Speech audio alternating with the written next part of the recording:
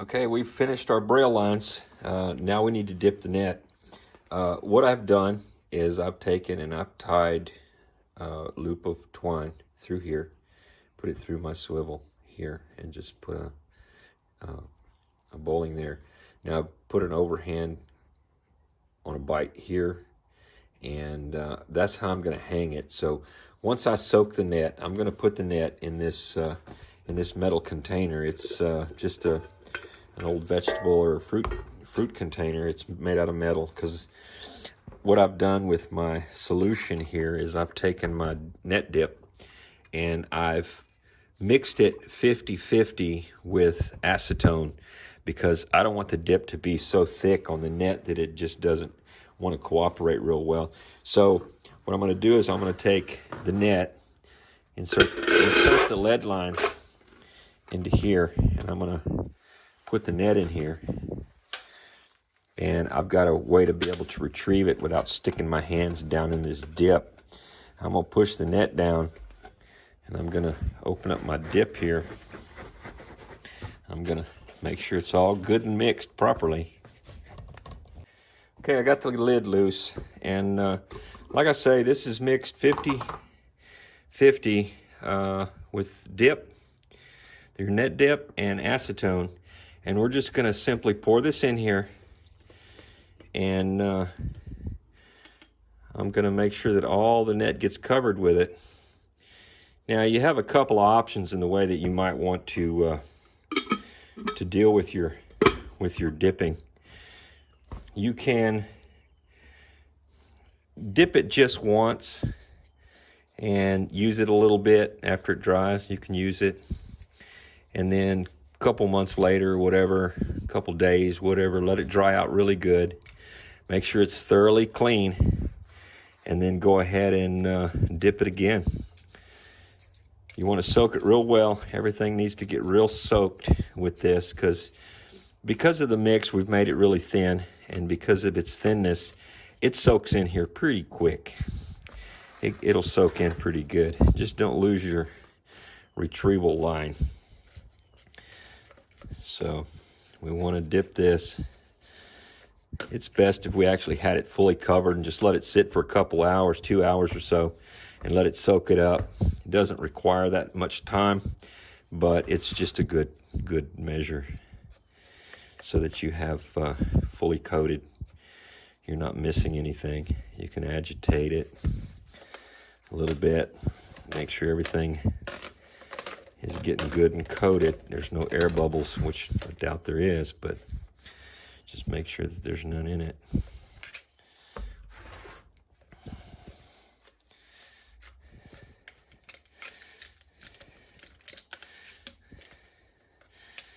Okay, so once you get this soaked for a while, go ahead and pull it up slowly and take it out of the solution of your dip.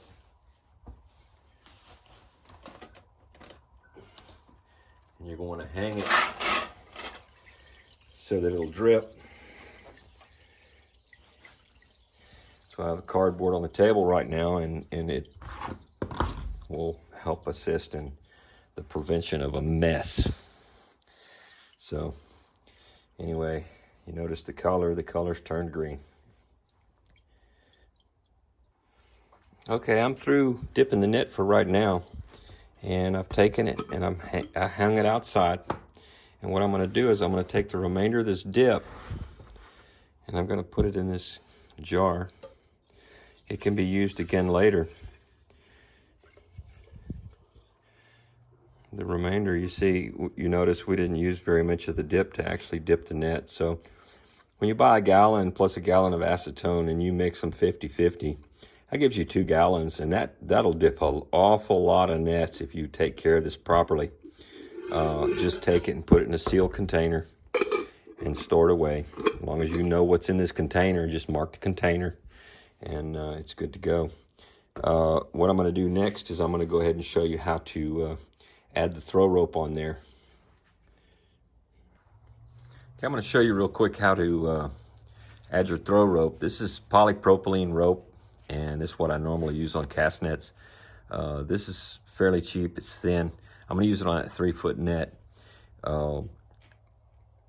To add this to your swivel, just insert your swivel. Get you about 9 inches or so, 10 inches, and this is where your swivel is going to sit in the line. What we're going to do is we're going to open a hole right here in the line. Because of the way that it's braided, we're going to open a hole right here. We just made a larger hole so we can insert the rope. Insert the rope in the hole.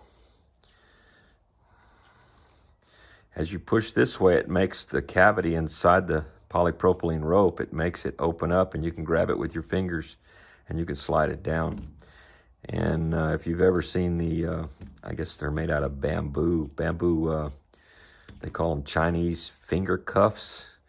Basically the same thing. We're achieving the same thing here. Pull it down as far as you want to go and bring that loop and make that loop as small as you want it. Okay, and it'll allow you to have a throw rope on it. Normally what I do, especially on a little bitty 3-foot net, I'll put about a 30-foot rope on it. So I think this is 50 feet here.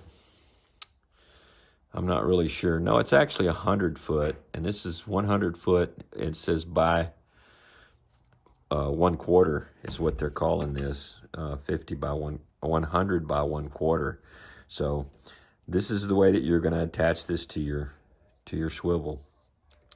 Okay, what I'll do oftentimes is I'll throw a small whipping that's maybe a 1/2 inch long right here on there, so it actually is not going to let go. It's not gonna. It's gonna prevent it from coming out. And I'll show you. Now, when you're actually using it, if you don't put a whip here, this is not going to come out very easy at all because you're putting pressure, and it's actually pulling on the outside sheath, which is squeezing the rope that's on the inside. Okay, but in order to take this out, all we got to do is take and just pull it this way, and it'll come out real easy. Now, when you're using it, it won't come out that easy. It's going to be very difficult to do. Now, what we're going to do is we're going to make the wristlet that would go on your wrist so that you don't throw your net away. You can use the same amount of twine, same amount of line, or you can actually use a shorter piece. Open up a hole in here. Insert. You know, sometimes this may have little burrs on it or whatever, and it makes it kind of difficult on you, but it's just a one-time shot. You're going to go in there and you're going to insert this in there.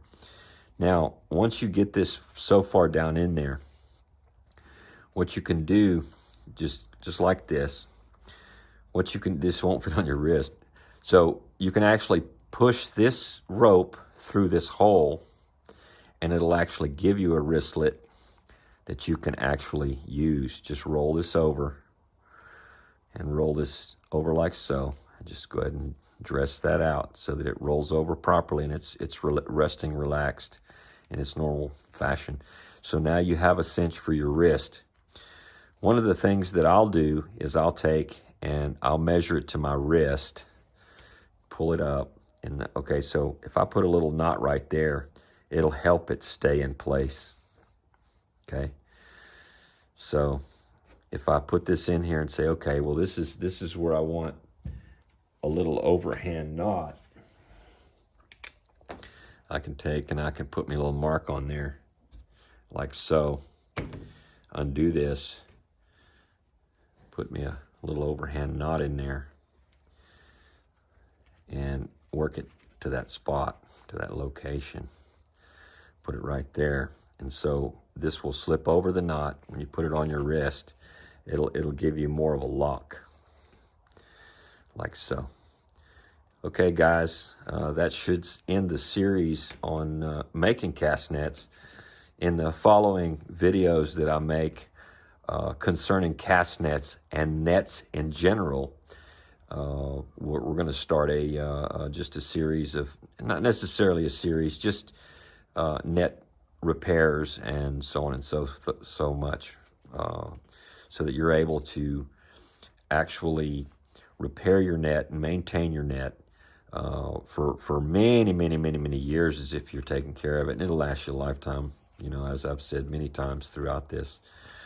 So we're going to do repairs, and I'm going to show you some tricks out there. Now that you've learned how to make webbing, I'm going to show you a few things that you can use your new skill to. You can use it for barbecuing and smoking and various things like that by making small cotton sacks and so on and so forth, so that you can hang something in your smoker and smoke it, and that way you won't run a risk of it falling and hitting the floor or whatever. So you've got a ability to make these sacks and various things out of cotton for food use. Well, guys, this is pretty much the end of it. I appreciate it. Thanks for watching.